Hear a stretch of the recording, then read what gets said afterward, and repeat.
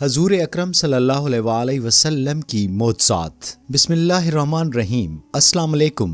Dream stories کے معزز ناظرین کو آج کی اس ویڈیو میں خوش آمدید۔ لفظ معجزہ اس سے نکلا جس کے معنی کوئی ایسی چیز جسے عقل عاجز آ جائے، کوئی ایسا واقعہ جو معمول سے بالکل منفرد ہو، جو انسان کو حیرت میں مبتلا کر دے۔ بلا شبہ انبیاء کا معجزہ قدرت الہی کا کرشمہ ہوتا ہے۔ ایک دفعہ مکہ کی ویران گھاٹی میں نبی اکرم صلی اللہ علیہ وسلم کا رکانہ بن عبد یزید، جو کہ قریش کا ایک بہت طاقتور پہلوان تھا اور قریش میں اس سے بڑا کوئی پہلوان نہ تھا، سے سامنا ہو گیا۔ آپ صلی اللہ علیہ وسلم نے اسے اسلام کی دعوت دی۔ اس نے مطالبہ کیا کہ اگر آپ مجھے کشتی میں ہرا دیں تو میں اسلام قبول کر لوں گا۔ آپ نے اسے ایک دفعہ نہیں بلکہ 2 دفعہ کشتی میں بچھاڑ دیا۔ اس نے نبی اکرم صلی اللہ علیہ وسلم سے کہا کہ یہ بڑی حیرت کی بات ہے کہ آپ نے مجھے بچھاڑ دیا۔ نبی اکرم صلی اللہ علیہ وسلم نے ارشاد فرمایا کہ میں تمہارے سامنے اس سے بھی عجیب و غریب چیز پیش کروں گا، مگر شرط یہ ہے کہ تم اللہ سے ڈرو، اپنی روش بدلو اور میری پیروی اختیار کرو۔ اس نے پوچھا کہ آپ کیا دکھانا چاہتے ہیں؟ نبی اکرم صلی اللہ علیہ وسلم نے ارشاد فرمایا کہ میں اس درخت کو اپنے پاس بلاؤں گا۔ آپ صلی اللہ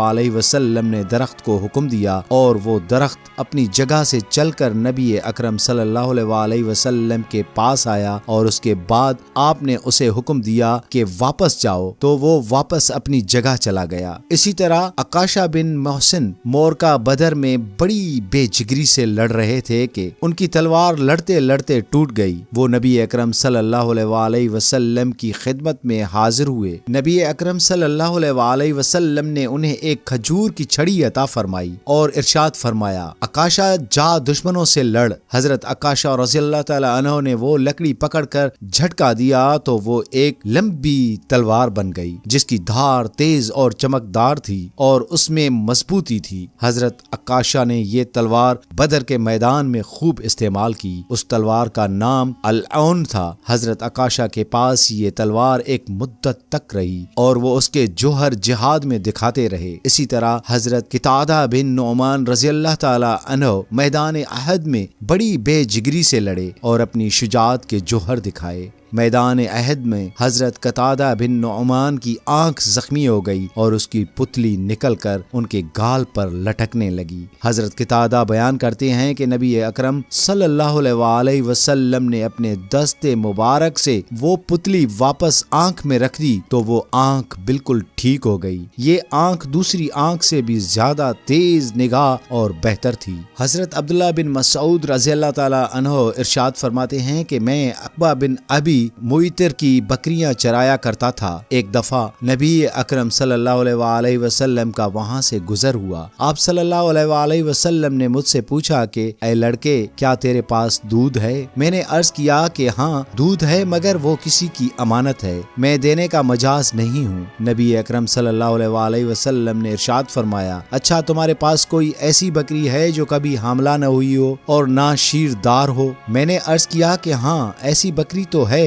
پھر میں نے وہ بکری پیش خدمت کر دی۔ نبی اکرم صلی اللہ علیہ وسلم نے اس کے تھنوں پر ہاتھ پھیرا، تھوڑی دیر سہلاتے رہے، اس کے تھنوں میں دودھ اتر آیا۔ آپ صلی اللہ علیہ وسلم نے ایک برتن میں دودھ بھر کر وہ خود بھی پیا اور اپنے ساتھی حضرت ابو بکر رضی اللہ تعالی عنہ کو بھی پلایا۔ اس کے بعد بکری کے تھن پھر پہلے جیسے ہو گئے۔ ایک بار ابو لہب کے بیٹے عتبہ نے نبی اکرم صلی اللہ علیہ وسلم کی شان میں گستاخی کی تو نبی اکرم صلی اللہ علیہ وسلم نے اس کے حق میں بد دعا کی، اے اللہ اپنے کتوں میں سے کسی کتے کو اس پر مسلط کر دے۔ نبی اکرم صلی اللہ علیہ وسلم کی یہ بد دعا ایسی پوری ہوئی کہ کچھ عرصے کے بعد عتبہ اپنے باپ ابو لہب کے ساتھ شام کے تجارتی سفر پر روانہ ہوا۔ ایک جگہ پڑاؤ کیا، وہاں ایک گرجا تھا۔ وہاں کے لوگوں نے بتایا کہ یہاں تو شیر ایسے گھومتے ہیں جیسے عام علاقوں میں بکریاں گھومتی ہیں۔ ابو لہب کو نبی اکرم صلی اللہ علیہ وسلم کی بد دعا یاد تھی۔ اس نے دیگر قافلے والوں سے کہا کہ اس نے نبی اکرم صلی اللہ علیہ وسلم نے میرے بیٹے کو بد دعا دی ہے جس سے میں سخت فکر مند ہوں۔ سارا سامان گرجا کے صحن میں جمع کر دو اور اس کے اوپر میرے بیٹے کا بستر لگا دو اور پھر اس سامان کے گرد تم سب سو جاؤ۔ काफले वालों ने ऐसे ही किया। रात जब सब सो गए तो जंगल से शेर आया, तमाम काफले के लोगों को सूंघा मगर किसी को कुछ नहीं कहा। वो तो गुस्ताख रसूल की तलाश में था। शेर ने पीछे हटकर एक ऊंची छलांग लगाई। सामान के बुलंद ढेर पर चढ़कर उसने उत्बा के चेहरे को सूंघा और उसे चीर फाड़ दिया और उसका सर खोल दिया। इस वाक़े पर अबू लहब का बड़ा बुरा हाल था और वो कहे जा रहा था, मैं जानता था कि मेरा बेटा मोहम्मद सल्लल्लाहु अलैहि वसल्लम की बद्दुआ से कभी नहीं बच सकेगा। फतह खैबर के बाद जब नबी अकरम सल्लल्लाहु अलैहि वसल्लम कुछ इत्मीनान से बैठे तो एक यहूदिया ज़ैनब बिन हारिस ने नबी करीम सल्लल्लाहु अलैहि वसल्लम के कत्ल की नापाक साजिश की और एक बकरी का गोश्त जहर आलूदा करके नबी अकरम सल्लल्लाहु अलैहि वसल्लम की खिदमत में हुदिया किया। उस औरत ने गोश्त भेजने से पहले मालूम किया कि नबी अकरम सल्लल्लाहु अलैहि वसल्लम को कौन से हिस्से का गोश्त ज्यादा मरगूब है। बताया गया कि दस्ती का गोश्त ज्यादा मरगूब है, तो उसने दस्ती को बहुत ज्यादा मसमूम किया और उसके बाद वो गोश्त अच्छी तरह भून कर नबी अकरम सल्लल्लाहु अलैहि वसल्लम की खिदमत में हुदिया कर दिया। आप सल्लल्लाहु अलैहि वसल्लम ने दस्ती का गोश्त उठाया, एक निवाला मुंह में तो ले लिया मगर उसे निगला नहीं बल्कि उसे वापस उगल दिया और फरमाया कि इस बकरी की हड्डी मुझे खबर दे रही है कि इसे जहर आलूदा किया गया है। उस औरत को बुलाया गया, उसने इकरार किया कि उसने ऐसा ही किया था। जब उसे पूछा गया कि उसने ऐसा क्यों किया तो उसने जवाब दिया कि आप सल्लल्लाहु अलैहि वसल्लम ने मेरी कौम के साथ जो मामला किया वो आपके सामने है।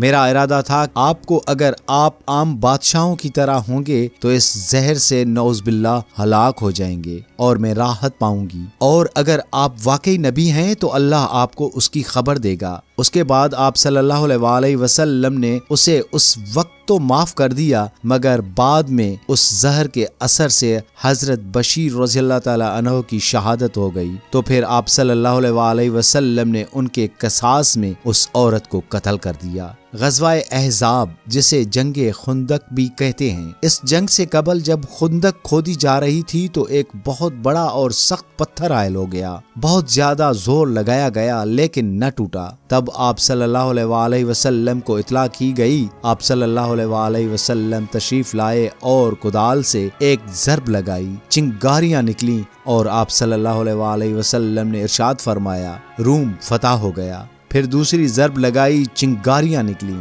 और आप सल्लल्लाहु अलैहि वसल्लम ने इरशाद फरमाया, ईरान फतह हो गया। फिर तीसरी ज़रब लगाई और चिंगारियां निकली और आप सल्लल्लाहु अलैहि वसल्लम ने फरमाया, खुदा की कसम बहरीन के सुर्ख महलात मैं अपनी आंखों से देख रहा हूँ। बाद में आने वाले दिनों में रूम और ईरान तो बहुत जल्द फतह हो गए और रूम के भी मुतद इलाके ज़ैर इस्लाम आ गए। सिर्फ कुस्तुनतुनिया का शहर बाकी रह गया। इस शहर को फतह करने के लिए और नबी अलैहिस्सलाम की पेशन गोई पूरी करने के लिए कमोबेश 14 बादशाहों ने लश्कर कुशी की और 800 साल बाद कुस्तुनतुनिया का ये शहर भी इस्लाम के ज़ैर नगी आ गया और सच्चे नबी की पेशन गोई पूरी हो गई। इसी तरह ग़ज़वाए खंदक के मौके पर जब सब ने पेट पर पत्थर बांध रखे थे तो एक सहाबी रज़ियल्लाहु ताला अन्हु अपने घर गए और बकरी का बच्चा ज़िबा किया और साथ ही घर वालों को मुयस्सर आटे से रोटियां पकाने का कहकर आप सल्लल्लाहु अलैहि वसल्लम के पास हाजिर हुए और कान मुबारक में अर्ज की कि 7-8 अफराद का खाना तैयार है, तशरीफ ले आइए। आप सल्लल्लाहु अलैहि वसल्लम 60-70 अफराद के साथ पहुंच गए। उस सहाबी के चेहरे पर परेशानी के आसार होविदाद देखकर आप सल्लल्लाहु अलैहि वसल्लम ने इरशाद फरमाया, थाली हटाए बगैर सालन निकालते रहो और ऊपर से रुमाल हटाए बगैर रोटियां निकालते रहो। इसी तरह इस 7-8 अफराद के खाने को 60-70 अफराद ने सीर होकर तनाउल किया और मेहमानों के चले जाने पर पहले जितना खाना फिर भी बाकी धरा था। खातमुल नबीयीन सल्लल्लाहु अलैहि वसल्लम के बेशुमार मौजज़ात हैं। तमाम मौजज़ात को उनके सतूर में बयान करना मुमकिन नहीं। प्यारे नाज़रीन, हमारे चैनल को सब्सक्राइब कर दीजिए और बेल आइकन को भी साथ में प्रेस कर दीजिए ताकि हर नई आने वाली वीडियो आपको बर वक्त मिलती रहें। वस्सलाम।